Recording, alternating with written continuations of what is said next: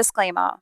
These stories will contain graphic depictions of horror elements, including, but not limited to, gore, graphic depictions of violence, body horror, murder, just all the horror. So please exercise caution when listening. Good evening. Welcome to Sniper's Creepy Crypt, the spookiest place in the here and there, the place between where you're coming from and where you might never leave.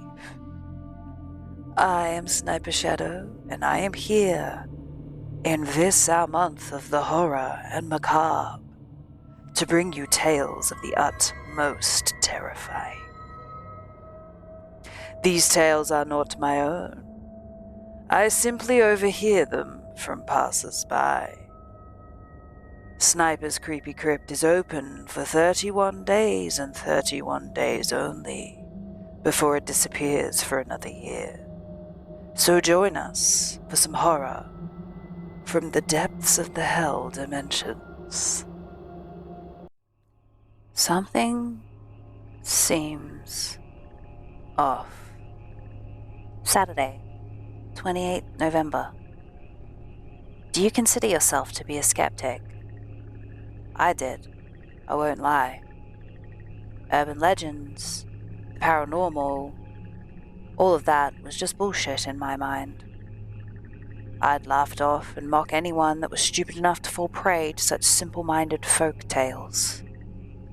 That was, in the past, recently, over the last week or so, things have been happening. Not big things. It's never the big things. Isn't that odd? How it's the small things which cause us to pay the most attention. The small things that result in the biggest changes. As I was saying, things haven't been right recently. I've been seeing things. Things which don't make sense. Which should be impossible. I've been trying to write these incidents off as my mind playing tricks on me, but I don't think I can take it any longer. I've decided to start this diary here. I don't think anyone will read it, however, that is not its purpose. This diary is for me to keep my mind in check, to help me account for everything that has been happening, and to help me convince myself that I have not lost my mind. This is the first entry, and so I need to recap what has happened so far. I'll start from day one. For anyone that might end up reading this, should anything happen to me, I will try and give as much detail as I can. I do this in the hopes that you may learn not to make the same mistakes I did. Day 1, Monday, 23rd November. This was the day that it began. I was at work that morning.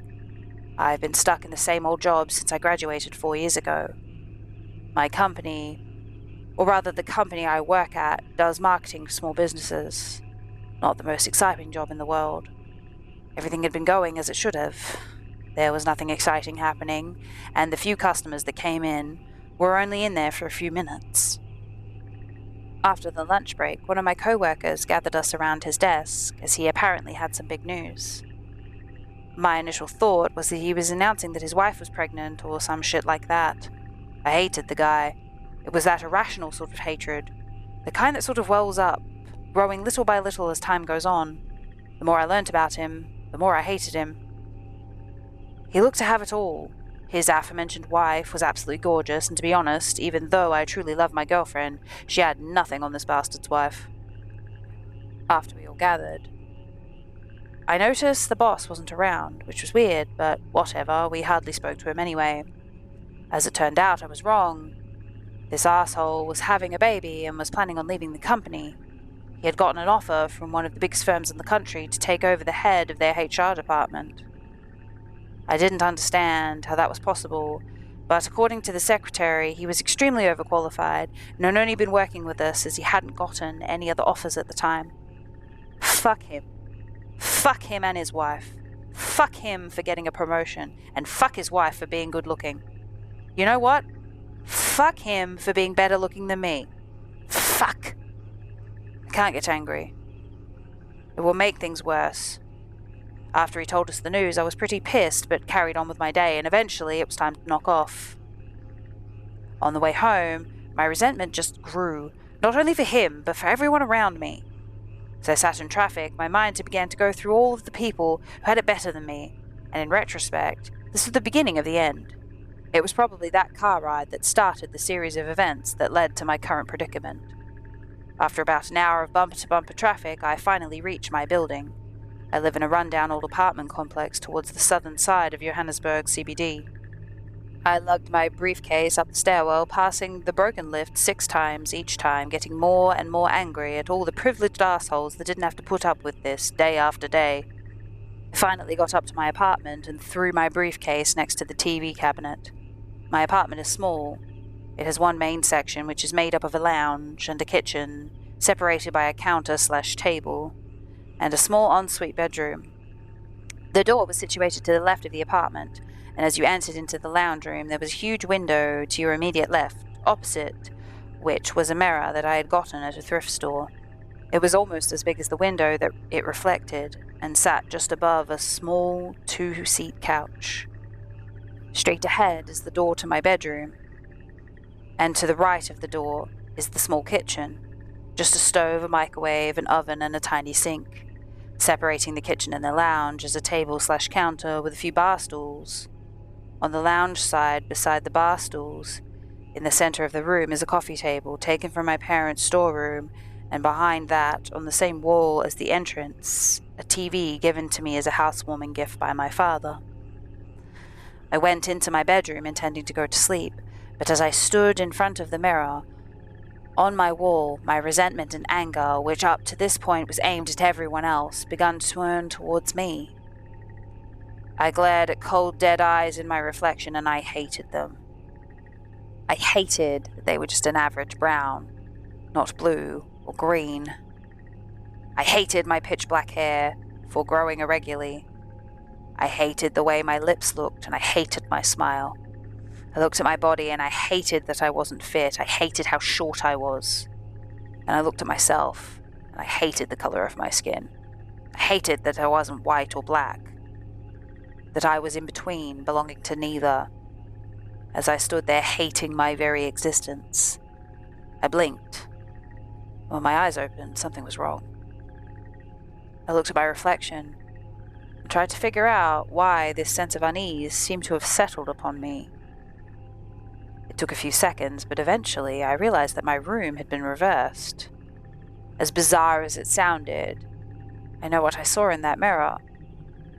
My bed, which should have been on my left, was behind my right half of my body, and my cupboards, which should have been to the right, were on my left. I blinked again, and the feeling of unease was gone.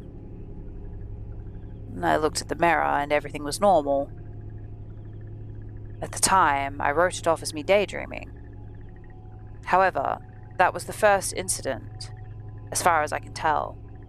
I forgot about it and went to sleep.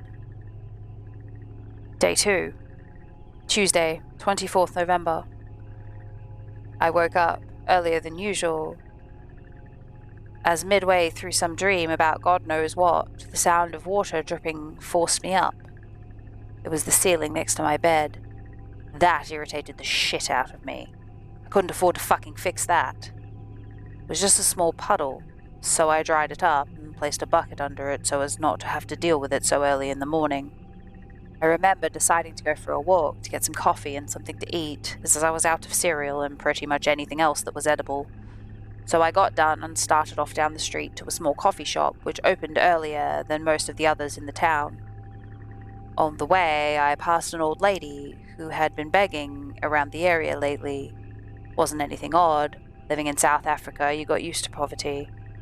The poorest people here live on next to nothing, and beggars are a common sight.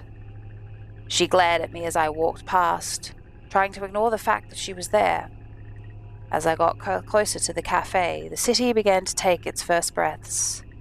The minibus taxis, which carted the majority of the population off to work every day, were beginning to arrive in herds as they all pressed to get to the taxi rank faster. the air filled with the sound of horns going off and vendors beginning to promote their various goods to the few people that were on the streets. I saw the old man standing at his intersection where he begged for change. He had been there for as long as I remember, never missing a day, and always with a smile on his face. No one really knew his name, and no one ever bothered to find out, so he was simply known as the old man. After picking up my coffee and a few rolls, I got an email from my boss. Something had come up, so he wasn't opening the office. He was probably sick, but he didn't trust any of us enough to hold down the fort, so he preferred us just not to open at all. On my way back, I passed the old lady who'd been begging earlier. Gogo, which means grandmother in Zulu, as the kids in the area had started calling her. She was at the old man's corner, and the two of them were in deep conversation. As I got closer, I tried to hear what they were saying, but they were speaking in one of the 10 native languages of South Africa, and I have no clue which one it was. Not that I understood any of them. A few meters more, and they both suddenly stopped, and I realized that Gogo had slightly turned her head as if she were trying to stare at me without being too obvious. Whatever. I wasn't worried about them. I had the day off, so I planned on relaxing. I got back to my apartment and finished off the remaining dregs of coffee I had in my cup and ate half of a roll. I decided to watch some TV, so I got myself a blanket and headed towards the couch. I was about to sit down when I glanced in the mirror, and the reflection of my pitiful apartment stared back at me. At the time, it seemed to almost mock me, immediately bringing back those feelings of resentment from the previous night. Now, I believe myself to be a sane man, but I swear on my very being that what I saw next really happened. Standing there, rage building within me, I blinked. When I opened my eyes, my apartment, like my room the night before, had been mirrored. I looked at the reflection, noting how everything was opposite to where it should have been. When I saw the door to my apartment opening, something was off, though. Aside from the obvious, my door always creaked when it opened, but I hadn't heard a thing. Without missing a beat, and before I had time to close my eyes and reevaluate what was happening, I whipped my head around only to find my door soundly shut. I felt relieved for a moment, but then I looked back at the mirror to see the door, in the reflection, now standing completely open. I was in a state of complete and utter disbelief. My only wish that was the end, but only a few seconds later, a hand appeared.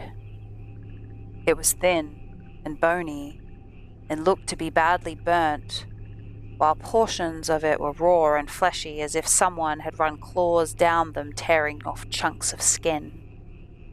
The arm grabbed hold of the door frame, as a second, identical hand appeared. This one grabbed the frame as well, and began to pull in such a way as if they were supporting the body to which they were attached. A shadow appeared in the doorway, and I looked back again to the real door.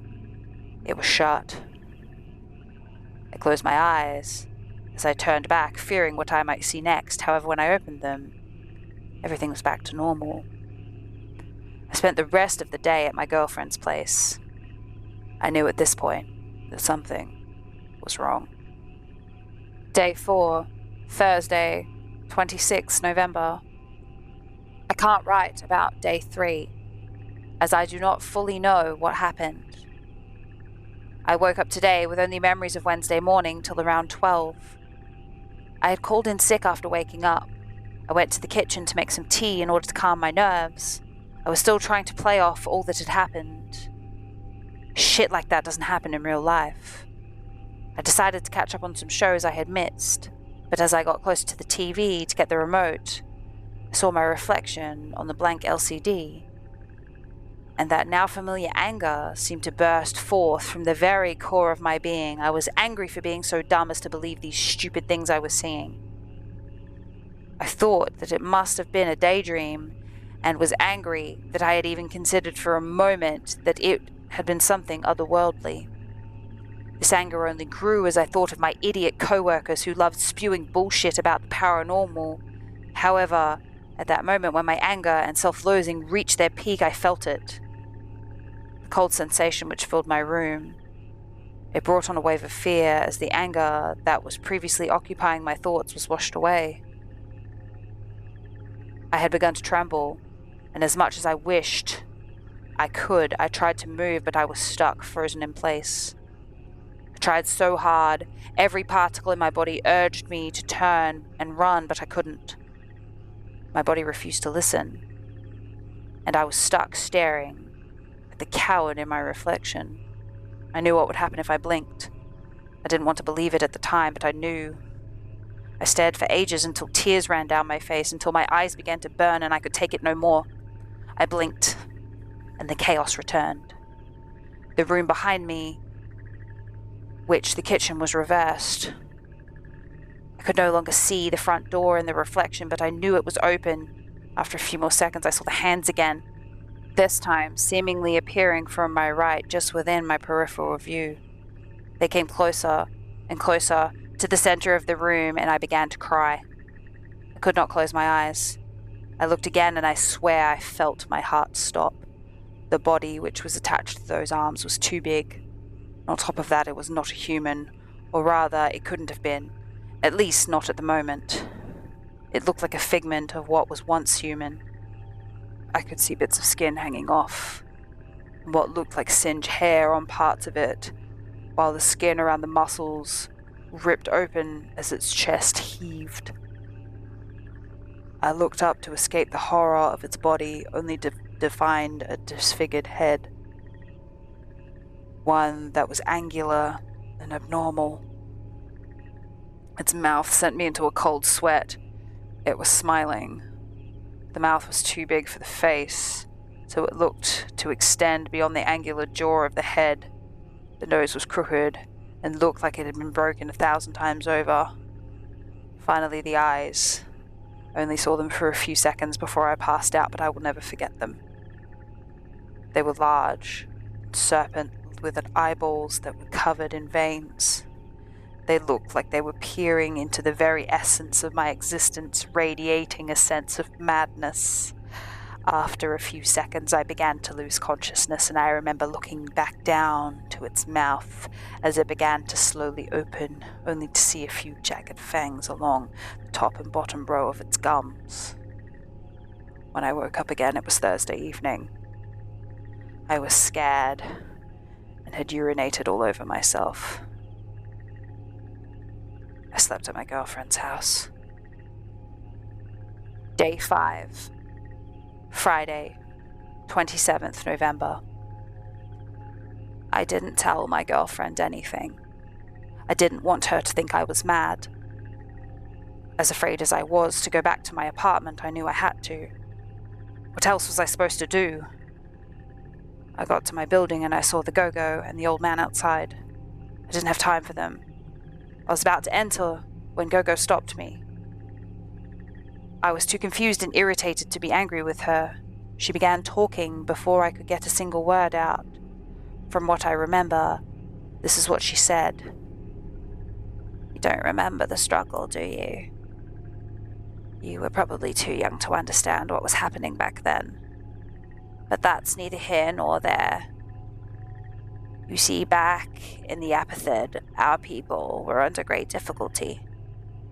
During this time, when we as people were in so much pain, we lost touch with our ancestors, with the spirits of those who walked before us, who had walked these lands long before anyone else.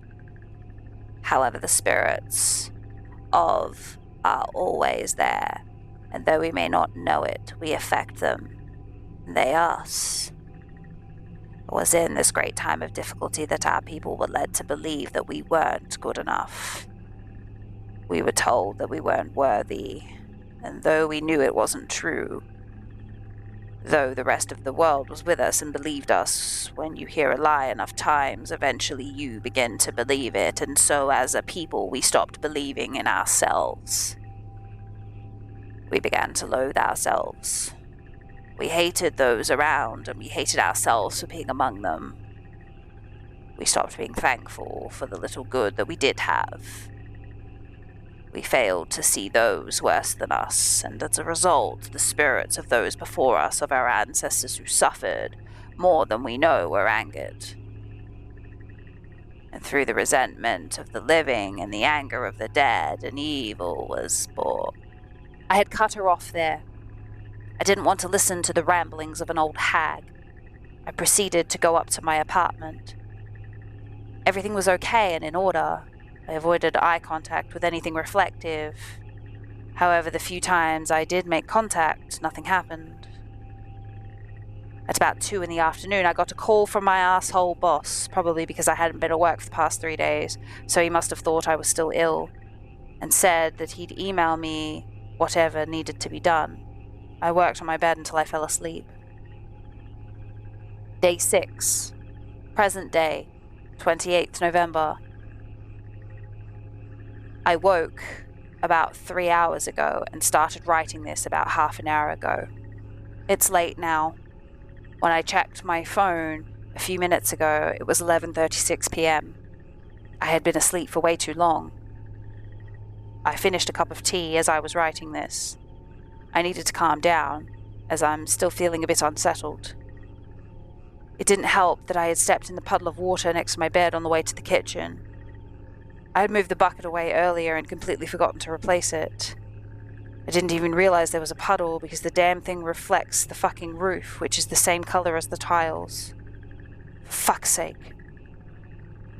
Up until now, things seemed to be okay.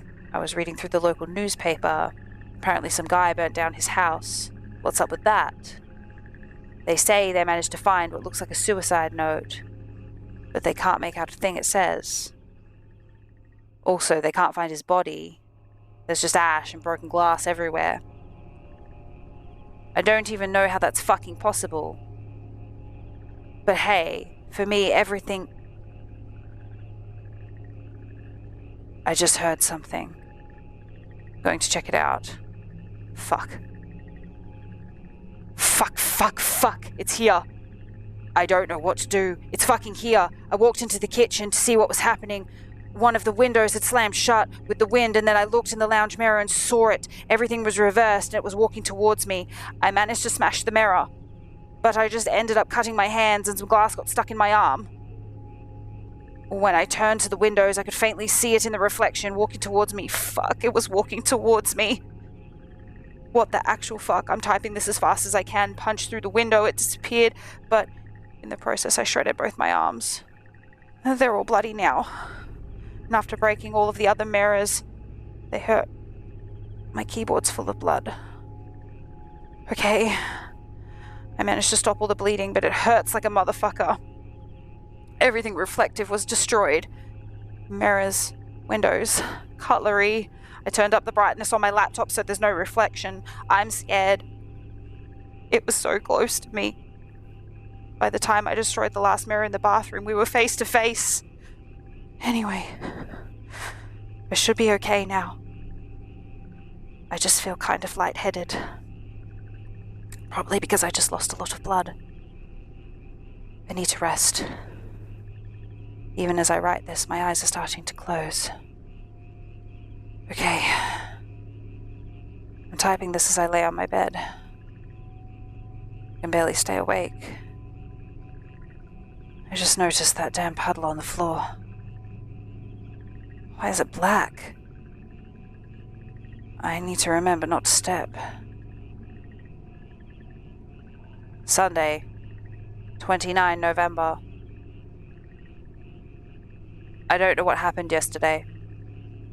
I remember writing in here, but I'm too lazy to go through everything I wrote. Anyway, I've decided to move back in with my parents, so I'm calling an estate agent to come and look at my place, and I'll post some ads online. They must have been out of it last night. My mouth hurts. My jaw is beginning to swell up on the sides. Also, I know this sounds weird, but I walked into the wall. I know, it's weird, right? I picked up my phone to leave the house and was trying to figure out why I couldn't get a signal on my way to the door. Then, bam, straight into the wall. I looked up and the door was completely on the other side of the room. I don't know where I was walking to, but for some reason it felt so natural. I have to go now. For some reason, I'm only getting signal when I'm close to my bedroom or lounge mirror. I'm getting tired of lugging my laptop around. Wish me luck. That concludes our tale for today. Return tomorrow for another horror-filled experience. Wherever you come from and wherever you're going, thank you for spending some time here with us at Sniper's Creepy Crypt. Remember, traveler, eyes ahead, don't look back. Until next time, good night and good luck.